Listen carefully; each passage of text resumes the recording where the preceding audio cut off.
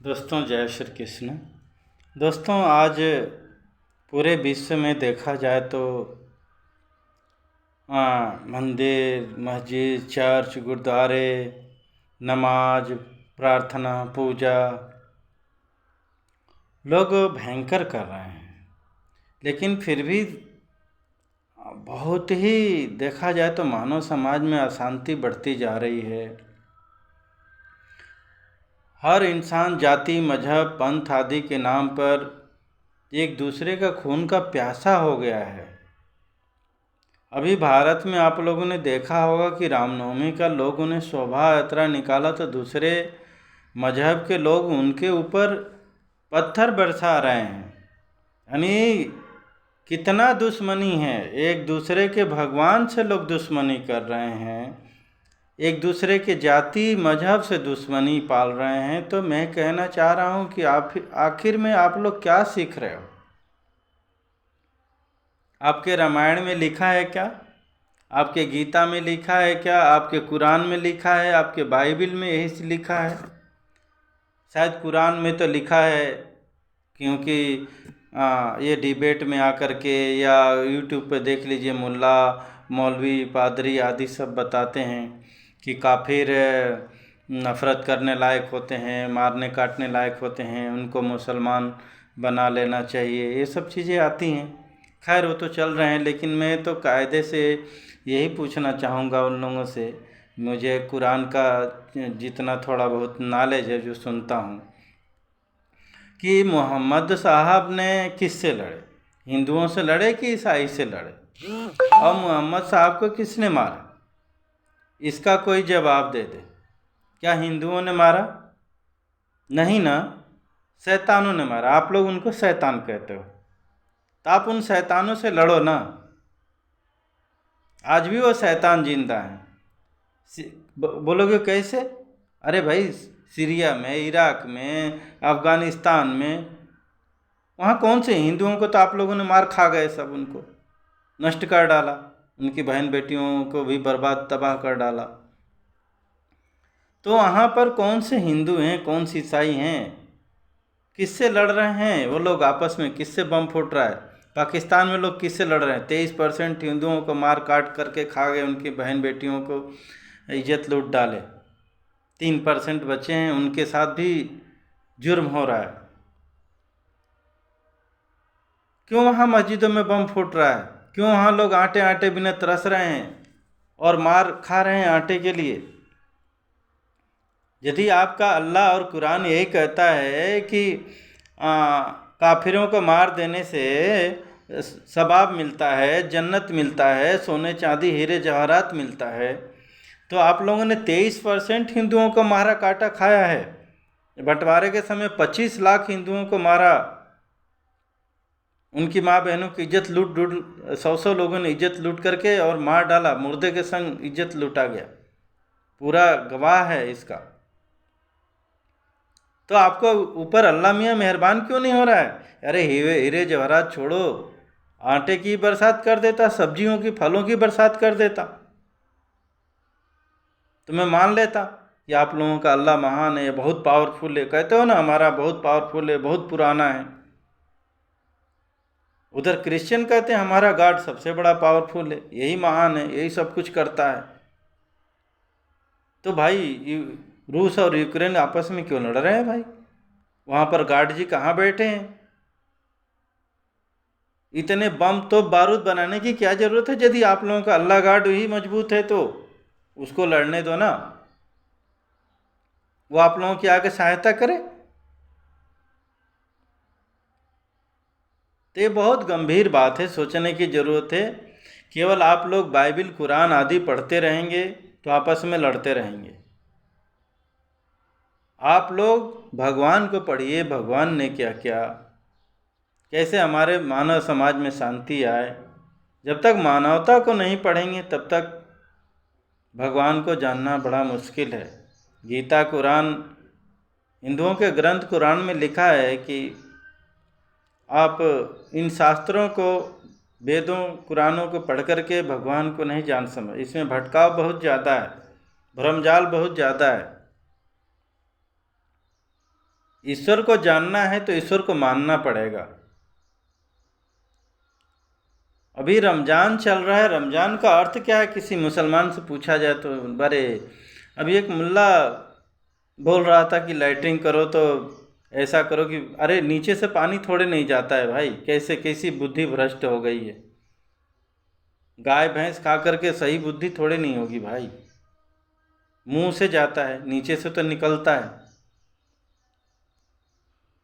और रमज़ान का अर्थ ये नहीं होता है कि केवल उपवास रख लो और उधर मार काट हिंसा करते रहो, छल कपट बेईमानी करते रहो, सभी जीवों को सताते रहो, खाते रहो। ऐसे आप अल्लाह और को जान पाओगे क्या? रमज़ान का अर्थ है तो रब को जान लेना, अपने रब को जान लेना, अपने रब को समझ लेना, अपने राम को जान लेना। और कहा तो आप ही का कुरान कहता है कि अल्लाह जर्रा जर्रा में है।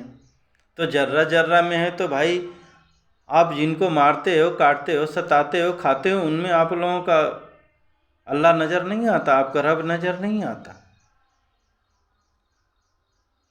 केवल मुसलमानों में ही रब नज़र आता है। और मुसलमानों में भी कहाँ आ रहा है? मुसलमान को आज मारने काटने को तैयार बैठा पड़ा हुआ है, केवल सत्ता के लिए। तो ये बहुत ही भ्रम वाली बातें हैं, इन पर निकलना चाहिए। हिंदुओं का जो ग्रंथ है सबसे बहुत पुराना है, इनका धर्म पुराना है, सनातन है, और पहले लोग इसी को मानते आ रहे हैं। ये सब जितने भी बने हुए हैं संप्रदाय बाद में बने हैं, चाहे क्रिश्चियन का देख लो, मुस्लिम का देख लो, बौद्ध का देख लो, किसी का भी बना है। ये थोड़े थोड़े इधर की बातें उठा करके लोगों ने अपना, और कहा कलयुग में कह देंगे ना कि कलयुग में पंथ बहुत सारे हो जाएंगे, लोग उन्हीं पंथों के नाम लेकर लड़ेंगे। आज रामायण को उठा लोगे तो विज्ञान से पूरा साइंटिफिक बैठता है। बहुत सारे ग्रंथ हिंदुओं के हैं कि विज्ञान से मिलता जुलता है। आज हिंदुओं के ब्राह्मण को विज्ञान का सहारा नहीं लेना पड़ता है कि कब ग्रहण लगेगा और कितने बजे लगेगा। वो अपना जरा सा एक छोटा सा पोथी पत्रा देख करके बता देता है कि इतने बजे इतने टाइम पे ऐसे ऐसे लगेगा और दिखेगा। कितना बड़ा विज्ञान है हिंदुओं का। तुलसीदास ने जी ने लिख दिया कि कलयुग में क्या क्या होगा, मार काट हिंसा उपद्रव, लोग एक दूसरे को खाएंगे सताएंगे। आज हो रहा है। आप लोगों के वेद कुरान में है और बाइबल में है? नहीं है। वहाँ तो बस एक दूसरे को मारना काटना सताना, वही आप लोग कर रहे हो, लुभाना धोखाधड़ी करना पूरे विश्व के सामने है। पूरी मानवता खतरे में आ गई है। आज बम मिसाइल काहे के लिए बनाया गया है? आपके बाइबल कुरान में लिखा है क्या? वेद शास्त्रों में लिखा है क्या कि बनाना और मारना? जो चीज़ नहीं लिखा गया, जहाज पर चढ़ना लिखा गया नहीं लिखा है, लेकिन हमें वही पुरानी फोकटिया बातें मानना है। मोबाइल का जिक्र है क्या? मोबाइल क्यों उपयोग करते हो भाई? बहुत सारी चीज़ें हैं, इन पर सोचे देखिए। सबसे बड़ी चीज़ है अल्लाह गॉड राम को जानना है। तो हमें रामायण गीता आदि पढ़ने की ज़रूरत नहीं है, राम को जानने की ज़रूरत है। राम को हम जब जानेंगे, रब को जब जानेंगे, गॉड को जब जानेंगे, जान पाएंगे जब हम सभी जीवों से प्रेम करेंगे, सभी जीवों पर दया करेंगे, सभी के साथ न्याय करेंगे। प्रेम से परमात्मा। कबीरदास ने इसी को तो कहा है, पोथी पढ़ पढ़ जग मुआ, पंडित भया न कोय, ढाई आखर प्रेम का पढ़े सो पंडित होए। इसी को मैंने थोड़ा, पोथी पढ़ पढ़ जग लड़ा, इंसा भया न कोय, ढाई आखर प्रेम का पढ़े सो इंसा होय। आज हम प्रेम पढ़ नहीं पा रहे हैं, केवल नफरत हिंसा मार काट, कहीं जाति के नाम पर, कहीं मजहब के नाम पर, कहीं संप्रदाय के नाम पर, कहीं काले गोरे के नाम पर। इंसान तो बन नहीं पा रहे हैं। हम हिंदू मुसलमान सिख ईसाई बनने पर तैयार पड़े हुए हैं, और एक दूसरे को मारने काटने की रोज़ धमकियां दे रहे हैं। धमकियां नहीं दे रहे हैं, लोग कर रहे हैं। आज थोड़ा शासन प्रशासन ये जो बनाए हुए हैं इंसानों ने, यदि नहीं हो तो ये खून की नदियाँ बह जाएं, पूरी नदियाँ गंदी हो जाएं इनके खून से। ये हालत हो गई है आज की तारीख में इंसान की। तो यह ठीक नहीं है। जाति, संप्रदाय, पंथ, पार्टी आदि के नाम पर मैं तो कह रहा हूँ इन सब चीज़ों को ख़त्म किया जाए। इसके लिए नियम कानून बनाया जाए, नहीं तो कब तक रोकोगे? आज नहीं कल लोग आपस में ही लड़के मर खप जाएंगे। राम, ये तो सोचो कि राम जी ने किससे लड़ा? राम जी अधर्म से लड़े। चलिए मैं मान लेता हूँ मोहम्मद साहब ने भी यदि धार्मिक थे तो किससे लड़ा? अधर्मी लोगों से लड़ा, शैतानों से लड़ा। तो आप लोग शैतानों से लड़ो ना। आपके मजहब में कितने शैतान भरे पड़े हुए हैं जो दिन रात कुकर्म कर रहे हैं, उल्टी सीधी बातें कर रहे हैं, बम फोड़ रहे हैं, उनसे लड़ो। बेगुनाह हिंदुओं को मारना काटना, ईसाइयों को मारना काटना, यह ठीक थोड़े नहीं। आप ब्राह्मण क्षत्रिय बन गए हो, बेगुनाह दलित या अपने से छोटे को मारना काटना। आप किस राम को मानते हैं भाई? किस भगवान को मानते हैं? आप बड़े ताकतवर बन गए हैं, मुल्ला पठान हैं, और अपने ही जाति भाइयों को मारना, मुसलमानों को सताना, जैसे अफ़गानिस्तान में हो रहा है, सरेआम फांसी दे देना, बुर्का नहीं पहनो तो ये उनको दंड देना, या ऐसा नहीं चलो तो ये करना। आप लोग भगवान हो? आप लोग तो खुद ही अल्लाह बन गए हो, आप ही खुद ही गॉड बन गए हो। भगवान की ज़रूरत ही नहीं, काहे के लिए मस्जिद बनाए हो? आप लोग अपना अपना मंदिर बना लो, जैसे हिरण्यकशिपु ने बना लिया था कि मुझे ही भगवान मानो। कोई भगवान नहीं है। आज वही प्रथा शुरू हो गई है, राक्षसी प्रथा शुरू हो गई है। लोग मांस पर आधारित हो गए हैं। कहा गया है ना, जो मांस खाता है वो तो राक्षसी होता है, चाहे हिंदू हो, मुसलमान हो, सिख हो, ईसाई हो, कोई भी हो। मांस खाने वाले को राक्षस कहा गया है। तो आप लोग तो राक्षस हो गए, इंसान तो हो ही नहीं। तो फिर देश दुनिया मानव समाज में शांति आएगी कैसे आएगी? केवल कुरान की आयतों पढ़ने से, रामायण की चौपाई पढ़ने से, गीता के श्लोक पढ़ने से? आज विदेशी लोग आकर के ये सब नहीं करते हैं, आज गायों की सेवा कर रहे हैं। और हिंदू लोग गाय को भगा देते हैं, कसाई को बेच देते हैं। अरे राम कृष्ण को जानना है तो उनके पथ पर चलना पड़ेगा। कृष्ण जी ने गायों को अपनाया, गायों को चराया, और आज आप लोग गाड़ी चरा रहे हो। एक घर में 10-10 गाड़ियाँ। आप अब सोचते हो भगवान जी मिल जाए? हमारे घर में भूत प्रेत नहीं है। जिस घर में मांस मदिरा का सेवन होता हो, मार काट हिंसा की बातें होती हों, जिस घर परिवार समाज में मजहब में, वहाँ पर प्रेतों का वास हो जाता है। अब प्रेतों का काम क्या है? प्रेतों का काम है मार काट हिंसा फैलाना, आपस में लड़ना लड़ाना, पापाचार करवाना, अधर्म करवाना, बलात्कार, भ्रष्टाचार करवाना, चोरी लूट करवाना। आज पढ़े लिखे लोग कर रहे हैं भाई ये काम। जितना मैं बोल रहा हूँ पढ़े लिखे को लोग कर रहे हैं, भ्रष्टाचार, चोरी लूट, बलात्कार। नहीं तो इतने अपराध क्यों बढ़ते हैं? आज पढ़े लिखे नेता देखो, चाहे पाकिस्तान का, इंडिया का, कहीं करोड़ों अरबों रुपए देश के लूट करके रखे हुए अपने पास चोरी से।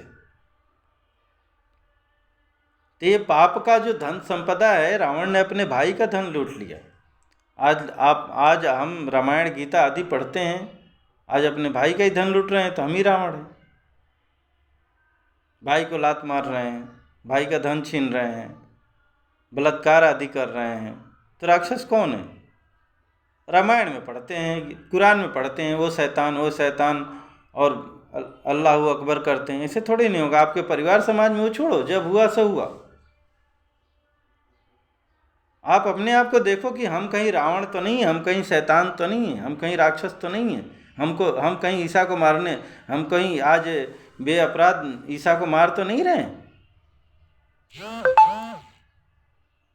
अरे अल्लाह गाड राम कहीं बना, ये संसार बना करके दूर नहीं बैठा है भाई। वो हर प्राणियों में, हर जीवों में है। यदि आप उनको मारते काटते सताते खाते हैं तो आप अपने अल्लाह को कष्ट दे रहे हैं, आप अपने गाड को कष्ट दे रहे हैं। अपने भगवान को कष्ट दे रहे हैं। दोस्तों, ये आज हनुमान जयंती है। आज से हमने थोड़ा ये प्रकाश डाला हुआ है और मैं अब रामायण शुरू करूँगा। और तो ये मैंने सोचा कि पहले रामायण, गीता, कुरान आदि पर बात तो रख लूँ। ये केवल पढ़ने से नहीं होगा, उनके पथ पर चलने से होगा। हमारे अंदर राम के गुण आएंगे तब हम राम। मान लीजिए हम सोना को लोहा में मिलाना चाहें, नहीं मिलेगा। मिल भी जाएगा तो उसको मिलावट कहा जाएगा। सोना को सोना में मिलाया जाए